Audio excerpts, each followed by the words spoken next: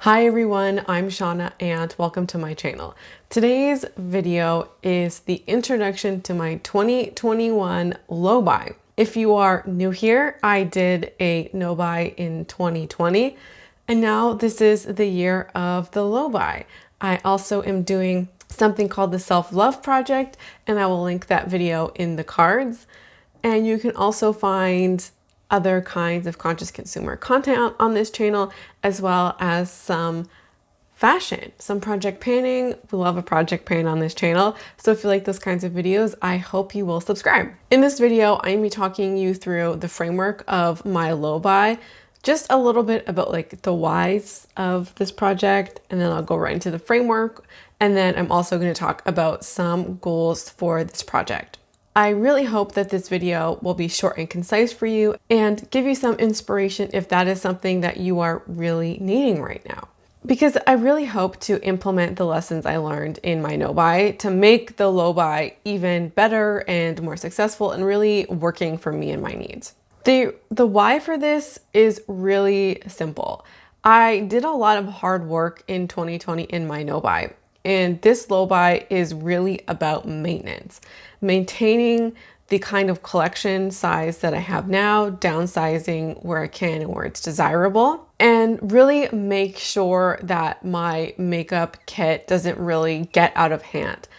And the focus from this, the really big focus of this project is to maintain all the work that I did in my no buy to really make sure nothing gets out of hand. And I really am hoping that because there's a budget here, that I'm allowing myself some freedom to purchase things that I really hope I will love, and I'll get into that later. But also kind of give some balance to really be critical about my purchases and really start my new lifestyle. I'm calling this a low buy, but it's really the start of my budgeting kind of lifestyle. And so this is the first year I'm implementing it. It's the first time out of the no buy. And so I really want to do myself some justice by upkeeping those skills that I learned in my no buy, continue to save, and really continue to prioritize and not only want to live within my means, but spend under them so I can really save. So ultimately, if I had to sum up the whys for this, is maintenance. I probably said it 5 times already, but maintaining all the skills, all the techniques, everything I did in my no buy, and just not get carried away like I have in the past. So the framework of this year, the low buy is going to cover beauty and skincare in one category, and then clothing and like all the other kinds of things you put on your body, like shoes and accessories, all of that kind of stuff, all of those kinds of style components. Before deciding my numbers, I looked at my yearly income to find what would be an appropriate number, but I also picked the number to not be one that was living in my means, spending the maximum amount of money that I was capable of, but spending under my means, and also being able to have an eye for savings. I just want to practice what I preach on this channel and live below my means and really kind of savoring the purchase, because I found in the past that I often purchased so much that what I brought in lost its specialty. Because I feel like if you're bringing in, let's say 5 new clothing pieces in a year, you're really kind of critical about them. You're really thoughtful about them. And when they are brought in and they work, they're really special. Opposed to bringing in 30 new pieces or 100 new pieces, they become less thoughtful in terms of the decisions behind them, but often they become less special when they're in your collection because you're just bringing in so much. The kind of clothing budget is a little bit more special, and we'll talk about that after the makeup skincare budget, but the makeup skincare budget is absolutely finite. If I reach the max budget in June, guess what? I'm going to be going on a no buy for the rest of the year.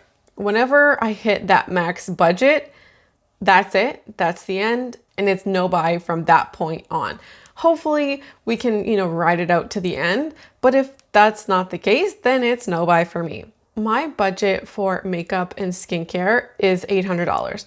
That's what I'm calling the for fun money. Anything that is not a replacement, not a necessity, but something that I feel like will enhance what I already have, and purchases that are just bringing me joy. And I'm going to talk a little more about that kind of criteria in just a second. And then I've also designated $200 for replacements only. I've done this in a way where I honestly think that $200 is not going to be enough for makeup and skincare replacements. It could be, but it's likely that it won't be enough. So what I've done is that the $800 for the for fun makeup, I cannot dig into that $200 replacement budget if I somehow had money left over at the end of the year. But I can dig into the $800 for fun budget if the $200 replacement budget isn't enough. And so by having this $200 replacement budget, I can kind of go in there first. But I feel like it really is going to, at least the hope is that, not blow the $800 in January. Because then if I do, that leaves $200 for replacements, which is largely, my guess is that's probably going to go mostly to skincare. I'm really hoping, because this budget is in the limit that it's at, I'm already starting to think critically, like there's some stuff that has caught my eye and I've already started a bit of a wish list going, but now it's like, this is what I have. Like, is this what I really want to spend my money on? And I'm really hoping that the number I set will make the purchasing really, really thoughtful. And the budget is yearly, so it's not a $30 a month kind of budget. It's, this is what I have for the year. So what counts as a replacement is truly, I only have this one thing and that one thing is now gone. And so I need to replace it. That might seem kind of like an obvious thing to say, but I really am not counting much makeup, with the exception of mascara, as a replacement. So even though I might finish my ColourPop kind of cream gel liner and I want to replace it with my Marc Jacobs one, it feels different in my mind than replacing a cleanser. Like, cleanser is so utilitarian. Even though I only operate with one singular pink eyeliner, it really feels different in my mind. So that's going to go into the for fun purchase kind of budget. I can also use up that $800 budget for skincare. And an example of that would be face masks. I currently have maybe about 8 face masks, give or take a few. And I only have one clay mask. I love having one in my collection at all times.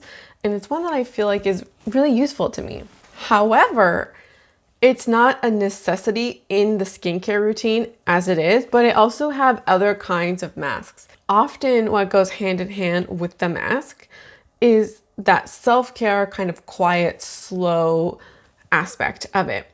And so if I have one mask in any category, just because one subtype runs out, the whole category isn't dry. So if I want to buy a clay mask after I finish my one and only one, that's going to be part of the regular for fun budget. I feel reinvigorated to use what I have in a new way than in my no-buy year, because in my no-buy year, replacements were allowed, and I think I just got really excited to just make the purchase.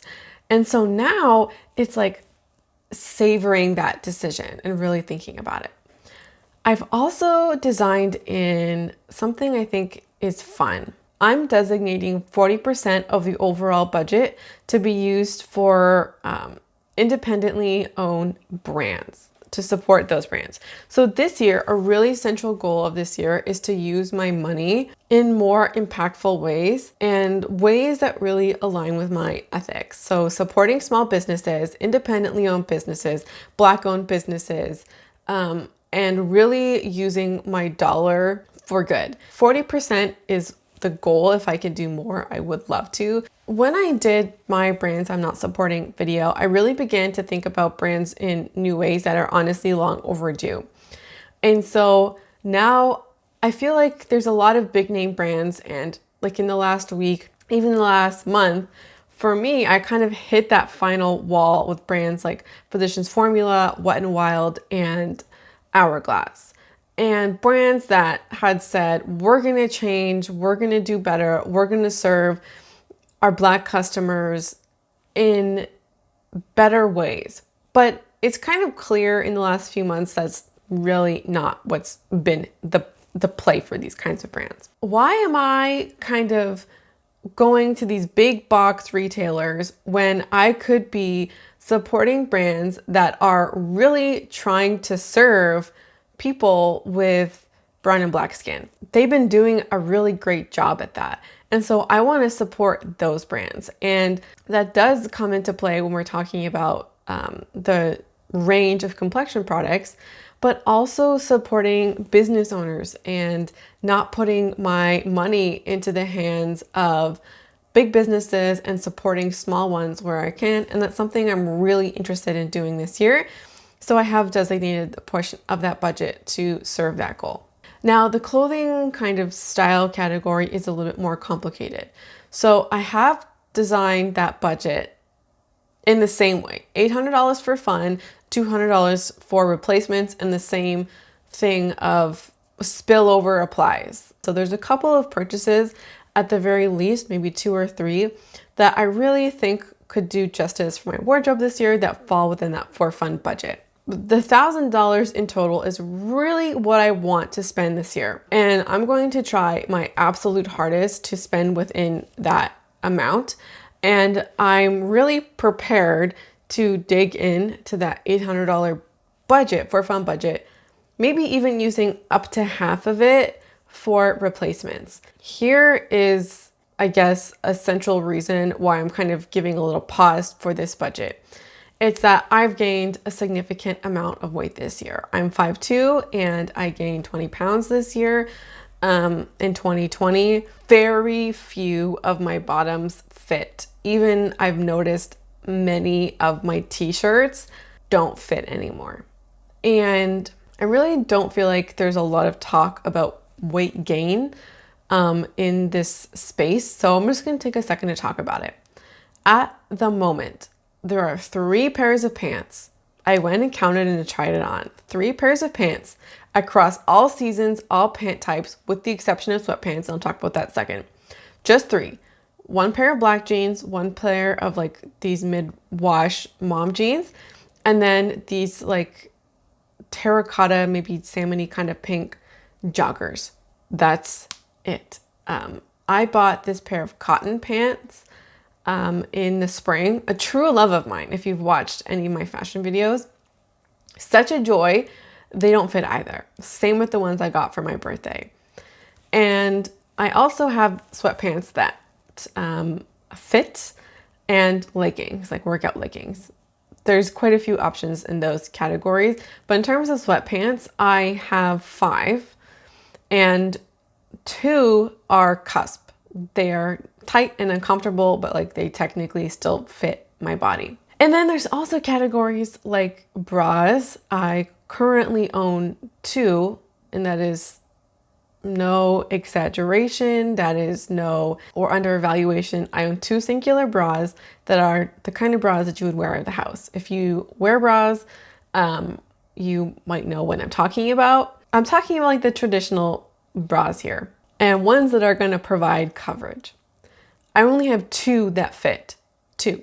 That has been okay, because I did buy a couple more of like those at-home lounge bras in 2020 as a replacement. Definitely needed, but that made things possible to live with those 2 bras for the rest of the year. And also because we're at home, right? There's not a lot of going out, seeing people, or doing the social things that would require leaving my house and wearing one of those kinds of bras. 2, just even now, is just difficult to work with. It really is. So a replacement is in order. Like I have a plan to buy 2 bras, and that might be like the central purchase of January because they are so needed. More would be nice, but I can two I can totally get away with. The point that I am trying to say here is that there are a lot of clothes that potentially need replacing. Even t-shirts that I wore this past year in the summer, they are tight and uncomfortable. I did get one for Christmas. I asked for one and I got one. There's a ton of clothes that don't fit. I would say at least half of my wardrobe, if not more, currently doesn't fit. So I have allowed myself an additional $300 for replacements. That's a last resort budget. It is technically money I can't afford to spend, but I really don't want to do it if I don't have to. I'm not sure where my body is going to be in 1, 2, 3, 4 months. Am I going to lose weight? Am I going to stay at the weight that I am? I'm just uncertain. So the budget that I have in place for this is that contingency for if the weight that I'm currently at is what's going to be for the rest of the year. But I do want to say, if I use it, it's going to have to be at least a month's worth of decision making. I can't just decide right now to use it in February. I'm going to have to wait on it for a month and be really open and tell you that I'm going to spend my budget. And I really want to make sure that it's something that needs to be done. And I want to welcome that opportunity because wearing clothes that fit you and that you feel great in really boosts your confidence. And I want to make that choice for myself and like embrace that if that's what I need. But I also don't want to spend money frivolously if I don't actually need to spend it. I hope you can understand that balance. So for this category, for the clothing category, my goal is to spend 30% of the overall budget from more sustainable sources. So anything that's not fast fashion, buying secondhand, Poshmark, thrifting, those kinds of things, or from a sustainable brand. Here's the thing, 30% is a goal, and at the moment, it really feels like a reach, whereas in the other budget, the 40% doesn't. And that's because the pandemic right now, I have not gone to a mall at all in 2020. The closest I came was, I went to Winners twice this year, and one was out of sheer necessity, and the other was when cases were super low, under 100 a day. And in my region, significantly less than that. So that was a time where I felt comfortable, but I haven't gone to a mall, I haven't done any of that. And I have gone to my thrift store once this year. It's currently closed and will be probably for a while. And even if it does reopen in February, which the way cases are going, I highly doubt that it will. But let's say it opens mid-year. I don't know if I'll go. I really, really don't know. And the same rules, like if I would go to a mall, I would go to a thrift store. And so it's not like a special, I don't want to thrift, so I'm setting that I'm feeling this way about it. No, it's like shopping in physical places in general. So there's only so much that I would buy from Poshmark, which would generally be like sweaters, t-shirts, like tops and accessories. I will not buy bottoms or jackets from Poshmark because I already have trouble as it is buying from brands that I know my size from. There are very few brands out there that I could just order that one thing in that one size and have it fit. It's just way too much of a risk to buy a bottom in a place that is non-returnable. I can't do it. And jackets are just as kind of tricky for me. So I'm gonna do my best to kind of go to that sustainable route first. And I'm really gonna try my best to hit that 30%. So what you can expect on this channel is every month I will update you on the exact numbers. I will tell you the precise amount of money that I spent that month, and I will show you what I bought. In my no buy year, I didn't do a great job in sharing everything that I bought, mostly because I didn't have a system for putting those items in a place. I didn't have a place for them. And so they often just kind of got dispersed through my collection. And I also didn't track my purchases in a single way, or in a way that was specifically, here are like the no buy items. And I also didn't do a great job in checking in with my budget to see all of the demarcated stuff that I bought. When I bought new things, I would put it in as like Simon's $100 or Sephora $50, you know, something like that. So it wasn't demarcated as it was, but I also didn't go in to check the Sephora purchase, as an example. And if I saw the Sephora purchase in there, I might have remembered the things that I purchased. But either way, there was just no systems in place, and I didn't hold myself accountable in the way that I wanted to. So this year there is space for these things, for the beauty stuff, the skincare stuff, and then like the clothes kinds of shoes stuff. There's baskets, drawers for these kinds of things, and they go in there. If I use them, I put them on my face, and then they go right in there after every single time until I have accounted for them in the month. I don't want anything to fall through the cracks. There are stuff that I'm not sure if I showed on my channel in my no buy, even though they were accounted for in the budget, simply because they just kind of became part of my wardrobe or my makeup. And I just didn't do a good job in the like accounting kind of portion of it. And I feel like that can give the illusion that like I was trying to hide things and trying to hide purchases, which was absolutely not the case. And I was upfront about some of the mistakes that I made last year. So I have these physical spaces, I have the tracker for them.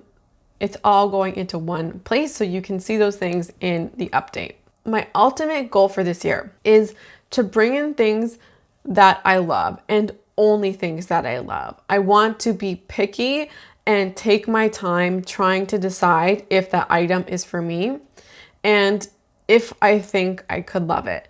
So the budget kind of makes a lot of other rules unnecessary. And what I've decided, which I'm really thinking will make things really easy, I have designated the 1st and the 14th of the month as the only kinds of days that I can make purchases. So I will have 2 weeks to make those decisions. The minimum is 5 days out. If I am not 5 days out and I haven't made that choice, then it has to go to the next one. So by making these dates, these like, okay, it's the 1st. What are the things that I thought about in the last 2 weeks that I'm now ready to buy? And it can take longer, right? Like I'm open for something to take a month to really think about and really have it be the thing, to watch all the reviews. However long it takes is however long it takes. But I think for me, having those concrete days takes the pressure off in ways like the no buy year did, where it's like, I can't make that choice. I can't kind of pull the trigger. So having those dates just makes it really simple, at least for me. There are probably going to be exceptions. I want to make those as minimal as I can. I'm not tracking, like I had tools of my trade for my last rules. All those other things are just covered by other kinds of budget where I don't really feel like I need to talk about them this year. But budgeting, just like last year, I am budgeting my whole life. Everything is budgeted, everything is accounted for, and this is just part of the budget. I really want this year to be about favorites. Finding my favorites and only owning my favorites. So that includes the new things that I bring in. And that's going to be the goal. I honestly was looking at clothes because there was a few gaps that I was kind of thinking about. One of the things I really, really want is like a red or magenta sweater. I've wanted this for a couple of months. I was looking at red sweaters recently, and there was one at Dynamite, and I put it in the cart, and I was like, yeah, like that looks really great. And then when I was thinking about it, I was like, is this a favorite? Do you think that this is a favorite? This could be your favorite sweater or a favorite sweater. And I looked at it and the answer was really quick. No, I don't think so. So even though I liked the sweater, I didn't love it. And I know that because I didn't think it would be a favorite. And I really think that if I brought that in, I really think I would have liked it. But I think that I would have felt that I would have come to realize in a couple of months, like I have with other things, it looks cheap. It doesn't look like the best kind of version that I would want for myself, and it would be decluttered. And so I did find out a lot about my makeup preferences in 2020. I have a whole video on that.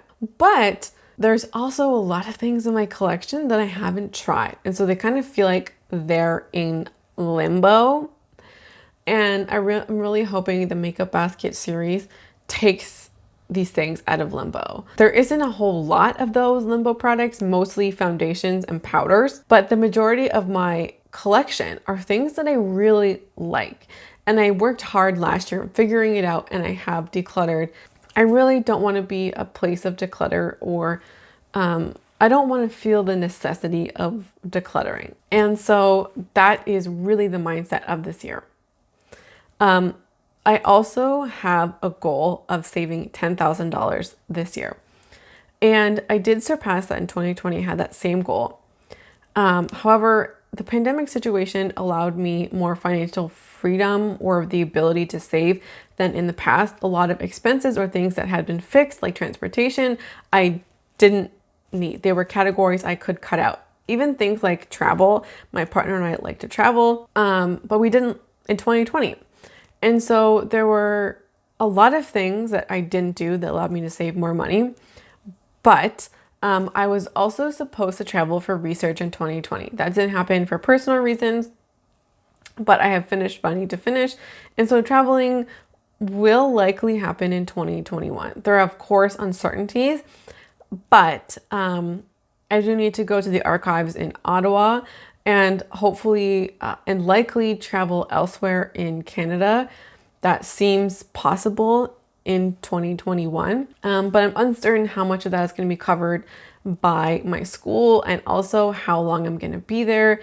Ottawa is probably a couple months, so I don't want to shoot myself in the foot by setting a goal of, like, I don't know, $12,000 or $15,000, and then not be able to deliver, and then kind of feel guilty about it. The worst case scenario here is that I've set it for 10. Worst case scenario, I save more money than I intended to, and that's fabulous.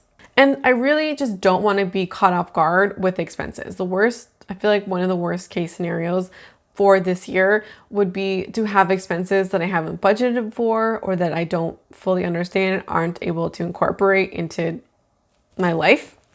So we're just kind of setting the bar a little lower. And if I save more, that's fabulous. I haven't fully decided on the update format.